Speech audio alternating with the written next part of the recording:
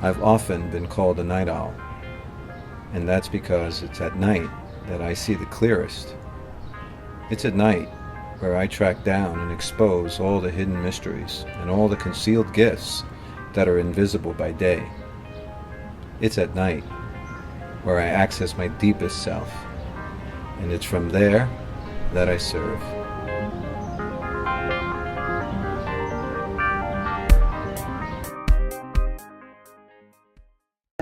Hi everyone, welcome back to Lessons from the FN Master, the news edition. I'd like to introduce again my sidekick Danette Torgerson. Danette? Hello. And we have a special visitor in the house today. It's Taryn. Welcome, Taryn. Thank you. Nice to see you. Get right in. So, why do we call it the news edition? I was talking about current events last week. When we think of news, and we're going to look at the news and see how it applies to us and how it reflects our personal lives, you want to think of the word itself. News, newspaper, new, N-E-W, right? And so what you're talking about, what is new? Now, I was talking about Facebook last week, and if you think of Facebook, again, they try to tailor the news to your bias, to your lean. So are you getting news? Are you getting anything new, or are you getting something you already knew, right? So a K-N-E-W paper, a new paper, or a newspaper, but starting with a K, is basically reading something you already know, something that you already have a bias towards, something you're just looking for. That's not news. Something you've already known, right? K-N-O-W, versus something that is now or present, or to say no, N-O. It all has to do with functioning from something of the past versus functioning in what's happening in the here and now. So we want to look at the news. We want to see what's new, and if the news that's out there in fact is new. Now, the news today is problematic to get. Newspapers are closing down left and right. Reporting is being done with less intensity and less checking, and so people are really just going after that which is sensational. So I invite you all to dig up stuff that you have seen. We're going to do it on our end. Anybody that calls in with it, with something that is actually truly new, something that is not that which we've already known or knew. Okay, so that's about the news, and that's what we're doing here, talking about the news. So what's the newest news? I'm glad you asked. So actually I found out today that a Japanese biologist, Yoshinori Osumi, and I'm hoping I'm pronouncing that correct. You're supposed to practice. I did. He won the Nobel Prize this year in physiology, and basically what he found out was that he found out how our body cells deal with and recycle waste, which is very forward moving for treating diseases like Alzheimer's and Parkinson's and also cancer. So I just thought that was an amazing piece of news. So that's new, isn't that? Like that would be true news, not what the local Republican and Democrat has been doing, not what Kim Kardashian has been doing, but actually something new. And if we're on the verge now of discovering how our waste system works, that on multiple levels can begin to handle illnesses and cure certain diseases at once. It's almost a linchpin type of thing, if it's what I am hearing correctly.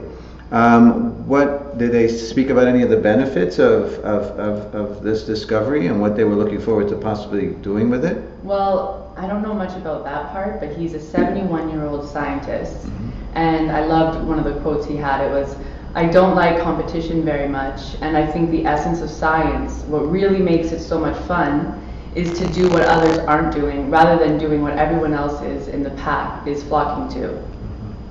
Well, I'm sure it's not the sexiest type of science to be looking at waste and how the body eliminates waste and so forth. But that's great news. And so what is that really saying? Apparently, as a collective consciousness, we are beginning to understand more thoroughly, because we're not looking at just that which is wonderful and works well, but that which is the shitty stuff of life. And here's someone sitting and being with the shit, with the waste, with the yucky stuff that comes out of us. Now, we have a bunch of orifices, and things come in, through my eyes, the world comes in, through my ears, through into my mouth, through my nostrils. I take in life. Now, if I was to ask you what comes out, right? What is it that comes out of these orifices, including our anus and our genitals? What is it? I'll ask the two of you. Orifices, genitals, liquids. Liquids. A lot of liquid, gas. Gas. Pain sometimes. No. Come out. Okay. Noises. Noises. Sounds. Right? All these things coming out of us. It's the waste. It's the yucky stuff. It's the stuff that we tend not to want to look at or be with. Mm-hmm. But that's all of us. I mean, that's all of that we are. We're both. We're that which comes in and goes out, just like our breathing. We don't have the same bias with inhaling and exhaling that we have with our body inhaling life and then exhaling what it doesn't need anymore through these orifices, but it's all part of the same kind of system. So that, here's this scientists exploring how we do this process and how we let things out. And if we didn't have such resistance to being okay with what comes out of us, because those are the things we share with our intimates, isn't it? We share the farts, we share the liquids that come out. We'll burp in front of someone that we get more intimate with. Tears. Tears. We'll express more tears with those that we're intimate with. Absolutely. We'll yawn differently in front of those we're more intimate with than those that we aren't. And intimacy is that which includes all that stuff that comes out just as much as the stuff that comes in. And so, it's odd that you can define intimacy that way. The process of being with the other's intake and outtake. And so here's this guy, again, not following the sexiest of science, looking at how this whole system works and being with the yucky stuff, with the shit, with the crap that comes out, and saying that if we can be with that, it might actually be a way of living more healthy in a more healthy fashion. Right? So that's kind of fascinating, and I think that reflects our willingness to be with the difficult things in life more. Again, because it's night and dark, and that's what we really push here. That we want to look at all of it, not just the nice parts. So go ahead. So I'm wondering, are you suggesting then that through intimacy we actually process our waste? Absolutely. True intimacy allows you to process and learn how to take in the healthy stuff of life and how to then discard the waste after that's been processed. Whether it's through sex or whether it's through sharing grief and pain. That is part of intimacy. That's why intimacy is such a healing thing. And this is why love itself, by definition, if you want to try to define this unlimited force, which is kind of laughable, but if you're going to define it in part, you want to understand that the process of loving someone is in being with all of that and learning how to be with the good, what you would call good and the bad, the in and the out. So intimacy can teach us how to regulate our bodies. Intimacy makes people feel healthier. And maybe it's because of that. Maybe it's because of the full acceptance of all the person is for that which comes in and that which goes out. Because again, you're not defined by that. You are you who experiences life coming in and then things of life going out. And you are that which does that. You're the experiencer. Now, if I define you by your farts, that's problematic because you're not your farts, right? It's just something you naturally process being in a human body. So when we can accept all of that, then there's no tightening up, holding back the farts, ladies, as if you don't or need to. And think about what that does to your body, and think about what that does to your process of releasing that you might clog up and cause other illnesses, right? So we might be able to begin to pinpoint now certain lower bowel illnesses that might come from holding this back, especially as you're trained that it's not ladylike to do, which is really ridiculous. Wow, that actually brings me to another very current news story of Donald Trump and his comments about the veterans and how PTSD makes you weak. That if you have struggled with PTSD, then you are weak, is basically what he told a group of veterans. And I think that is linked to this conversation of waste and how we process waste, because, well, obviously it's linked to Parkinson's and Alzheimer's.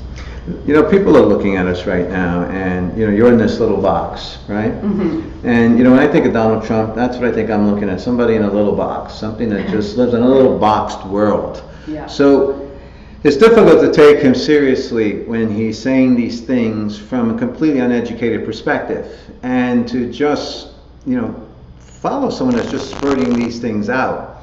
But because he's, now, you know, is this news? No, there have been assholes like him forever. Now, you know, for some people, he's not an asshole. I would define him as a con artist. For me, he's an asshole. Now, and again, you know, I'm not answering your question directly, but I first have to speak of the source that's speaking it. Now, an asshole is someone that buys his own shit, and you don't. Right? It's somebody that comes up to you while you're having lunch and tries to say something funny or smooth, and that person walks away, and you look at each other and you go, "Fuck, what an asshole." Right? You see the shit that he's trying to sell. You don't take him seriously or her seriously, but they take themselves seriously. That's an asshole. Right? Asshole. Right? Opens up, talks shit. A con artist, on the other hand, is someone that knows he or she's full of shit, and you don't. So for those who are really buying his shit, he's playing that con. He knows everyone's not going to pay attention. He knows some of us knows he's just talking shit, and some of us don't. So he's an asshole for me. I see the shit he's talking. So when he says something like that, I can't really say that's new information about Donald Trump. I mean, you know, he's been an asshole for a long time. But for those who are buying his shit, who thinks what he's saying has some credence, he's feeding constantly into dualism, and you want to know that. He's constantly setting up things for and against, in contrast, dualistically, not in contrast, in comparison, not in a wider scale. You can compare, right, or you can contrast. There's no contrast in his language, in what he deals with and what he speaks of, you want to get. So, again, to those who though really believe, and he speaks to their dualistic minds, then this is dangerous conversation, because that's now going to desensitize us.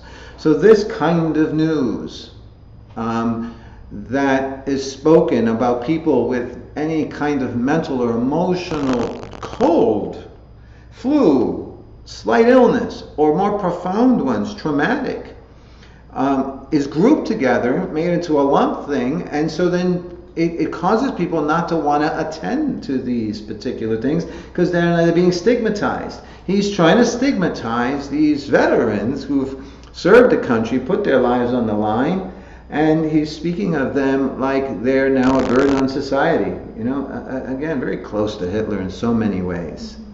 But again, I'm speaking to those who still think he has something of substance to say. Understand, this is dangerous language. It creates separation. It lumps anything mental as into one large idea as mental illness, rather than just like physically. You can have a cold, you can have a physical ache. You don't have to be physically terminal before you go to a doctor or attend to it. Through exercise or nutrition or speaking to a doctor. It's the same goes for the mental and emotional. There's veterans with extreme PTS, and then lower levels of that, and then they're just veterans that have had some of these experiences that it still lingers. It's not as traumatic, and each one needs to be dealt with differently. It has nothing to do with their strength, because you will get stronger in understanding these nuances. That's how you build your mental and emotional muscles, by making it into specific nuances, not this across the board, strong or weak. Right? So it's really hard to respond to such ignorance, and it's antiquated, because we are getting smarter and smarter, and our scientists are pushing and proving that we are more multi-layered, multi-dimensional, and multi-able, mentally and emotionally than ever before. So, anybody else? Yeah, I have a question, Okay. Joseph. Help me understand the importance of competition, because I've always looked at it and experienced it as a negative thing, and I've been competitive with women, and I didn't really play sports, so it didn't really teach me what competition can be like in a positive way. But it's I've been competitive with other things that I wasn't proud of. So it leaves me feeling like it's almost like there's not enough space for us to be ourselves, that we have to compete with each other to have space dedicated for us. So I've been struggling with competition for a while. So, Well, we've talked about the pros and cons of it, and again, I alluded to earlier about how we can perceive something comparatively, which is competitively, or we can look at the nuances of things. It's different levels, not just dualistically win-lose. Now, our political system in the States is, Democrat versus Republican, right? Very dualistic and naturally competitive. Now, the positive nature of competitive, it could push you. It could provide the energy to go harder than you would by yourself. If I'm at the gym and I'm working out with someone else, I might do a little extra. I might go a little further. I might challenge myself more. So that kind of push and competitive aspect can be quite beneficial. But there's a lot of energy expended in competition, and so you really want to pick your positions to do it in. Now, it's not taught in nuance. It's like you compete in sports. Maybe you compete for someone's affections, and maybe and especially in a capitalistic system, it's going to be competition across the board, because that's really what capitalism is rooted in. Competition is one of its roots. So it makes it very difficult to function in a capitalistic system non-competitively. Right. But we're learning. I mean, listen, when you're looking to resolve a conflict, this can take a good hour. So I'm going to just give you a little part to this. And it may not address, where you've competed in your social world, in your emotional world, in your financial world, or even with yourself in your sports or what have you. But let's just use how we can resolve a conflict. Now, most people resolve it in two ways. Competitively, right? They go at each other, or avoidance, away from each other. Right? So that they don't have to have that tension. So they use two methods to compete. To resolve a conflict.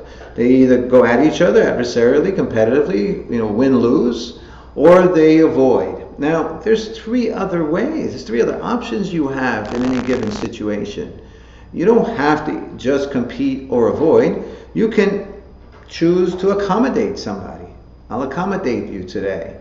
It's not a big loss on my side. You want to take the car today? Go ahead, you could take the car. You've now resolved the conflict of what to do with the car, not competitively, but you've done it by accommodating. Now, you could also have compromised. Okay, you take the car from 3 to 6, and I'll take it from 6 to 10. So now you don't both win or lose. You've compromised. There's a win-lose aspect for both of you in that. And it didn't have to be competitive in deciding what to do with the car. So now you've got 4 options so far. You can go up against each other. You can accommodate the other. You can avoid. And by the way, there's times to appropriately avoid. If I'm in a rush and someone, let's say, cuts me off on the road and I have a desire to want to say something, but my kid's waiting at school, I'm going to avoid so I can go make sure I pick up my kid, right? So we have a choice to pick of these 5. Now the 4 I've mentioned, again, is competition, avoidance, accommodating, compromising, and the last one is you can choose to collaborate. Now the problem, let's say the problem with the car becomes not a problem against you and me, but us, side by side, looking at it and going, how do we resolve this challenge together? Because now we are together, we're mates, so we're friends. How do we handle this together? And you put your 2 minds together and you collaborate to come up with a solution about a car, which might inspire, like, hey, so and so has a car sitting in the garage, maybe we can both get a car and we can borrow it. That doesn't come up. Your mind does not function as expansively when it's strictly me against you. And for many of us, that's how we have our relationships. So, you're welcome to bring that up again in future episodes or the longer Tuesday night, like tomorrow from 8 to 9 episodes. But I'll give you that little bit around competition for now. How does that work for you? It's good. It's giving me a piece to work on, which is collaboration, and it feels good to hear that. Yeah, there's competition, compromise, collaboration, avoidance, accommodation. Right. That means there's 5 different ways to resolve a conflict versus avoiding and competing. And most people go back and forth with those 2, don't they? Yeah. And once in a while, at the top of their heads, they might go, hey, let's compromise. But you're going to have to be in a good mood for that. Imagine this as a standard way of approaching conflict, and you practice this. Then your relational situations, the world situations would occur quite differently. But when you start, and the primary parts of the world you live in, capitalism, and a 2-party system, there's no room for anything other than competition. So that means we got some evolving to do. Right. Well, that's really what, if I can get his name again, it was Yoshinori. He was saying in his quote of, he approaches science without competition, and he's just developed something that could possibly help to cure cancer, Parkinson's, Alzheimer's. I mean, you have him on that end, and then a Donald Trump saying what he's saying, and I see the collaboration versus competition in that example. You got your classic East meets West scenario. The belief system in the West is man against nature, woman against nature, man and woman, nature against man and woman. And in the philosophies, at least the ancient philosophies of the East, it's man and woman with nature. Humans with nature. That means now limited to just 2 genders. Humans with nature, not against. So you would literally, Joseph Campbell used to speak about how in the Japanese gardens, you could actually go and pet the fish because they were so accustomed to a connection with humans, not against, but with. Mm-hmm. So, the scientist clearly understands more than just competition. And so I'm sure his approach to healing is not, we're going to fight this. Mm-hmm. We're going to defeat this. We're going to beat this, because then you are resolving the conflict of an illness in that competitive or avoidance way. Now, my father died of AIDS, and for him, he used avoidance. There's so many things he could have done. It's nowhere near like what it was today. But, when he was still alive, and he chose to avoid for a very long time because he didn't feel like he had it in him to fight. So here he was left with 2 options when there was actually 5. So this is much more serious when you think of it in that perspective. So, yeah, when people say Donald Trump is trying to bring us back to the dark ages, they're not far from it, because it's just pure dualism. And, we're expanding. I'll end all of this with a story I was told. There was this logo maker in New York, and people go to him all the time to do their logos and their icons, and they wait for him to do it. Now there's all kinds of companies that do this, but they'd wait for this guy. And when questioned, what it is that sets him apart, well, let's make believe he created the Nike swoosh. So what he would do is create the swoosh, a nice red Nike swoosh, just imagine that. Now what he did, which everyone else didn't, was when he finished, filling it in and everything, nice bright red, he'd zoom in times 10. Zoom in times 10. Now imagine as you're zooming in, it gets larger and all the white spots show up. So then he'd fill that in. But he wouldn't stop there. Right? He'd zoom in again. More white spots. And he'd fill that in. And he did it 2 or 3 times. And then when he zoomed out, the red had a richness, a depth that people with their blind eye, plain eye, could not figure out why, but they knew it was different than the work that was done by other graphic artists with the same type of thing. This is what it's like in our lives. We start quite shallow as children. We see things good, bad, black, white, better, worse. But you find out and start experiencing all these different nuances in your life, and you zoom in, and you can, I used to sit outside and feel like I was the perfect judge of my parents' relationships until I started having relationships. Now you're in there. Now you're seeing all the nuances, all the things that have to be filled. And so the deeper I went into relationships, the more I saw and the more I learned and the richer my relations became. Now some of us stop from going too far, and because it is difficult, because it's easier to just be dualistic and just rely with minimal thought of right, wrong, good and bad. But there's a richness of life, and there's nothing more rich than being able to go in and fill it and find out all these different nuances. So now I'm not fighting cancer, I'm exploring the experience of cancer. My godmother, who's been bedridden for a while, and she suffers from multiple sclerosis and osteoporosis and ageism, and when you put it up to her, she says, I have arteriosis. It was the last time I visited her was laying in the bed in her nursing home, and she was saying to me, it's fascinating because now she's starting to be hit with senility. And quite extraordinarily, she looked at myself and a friend that I brought with me and said to her, this is fascinating because now I get to explore what senility is like. She's a brilliant woman, and everything's been just an adventure and exploration in this lifetime. Even with all this pain that she's been since her mid-30s, and now she's in her 80s, she says, and there's some interesting nuances of senility and how it comes and how it takes your thought. And for her, it's not an attack upon her. For her, she has learned and experienced and shown me that it could be actually even something like that, a very unique experience. And so she seemed like she was counting herself blessed to be able, as a human being, to experience senility and explain the process.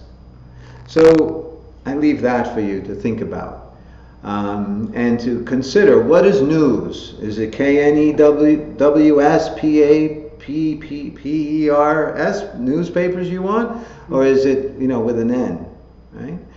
Bring news with an N, not with a K, because the news with a K is something you already know. So on that, I'd like to thank my sidekick, Danette, again. Thank you, everyone. And very, very welcome to return again. But thank you, Taryn, for coming to visit us. Thank you. And Mark Crew. And we'll see you tomorrow night at 8 o'clock. Thank you again. Bye, everyone. Bye.